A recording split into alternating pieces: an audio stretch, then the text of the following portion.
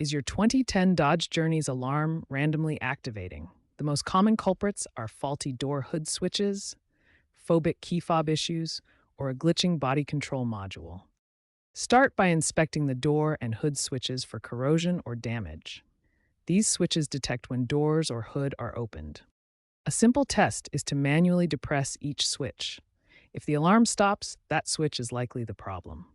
Weak key fob batteries or FOBIK programming errors can also trigger false alarms. Try replacing the battery or reprogramming the fob.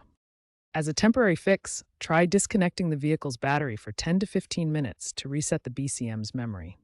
However, this won't fix the root cause and may require reprogramming the key fobs afterwards. Use an OBD2 scanner like the Autel MaxiCom to read error codes and pinpoint the exact problem area more efficiently.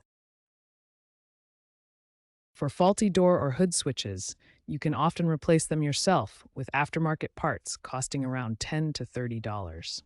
Follow YouTube tutorials for step-by-step installation. First, clean the switch contacts with electrical cleaner to remove any corrosion.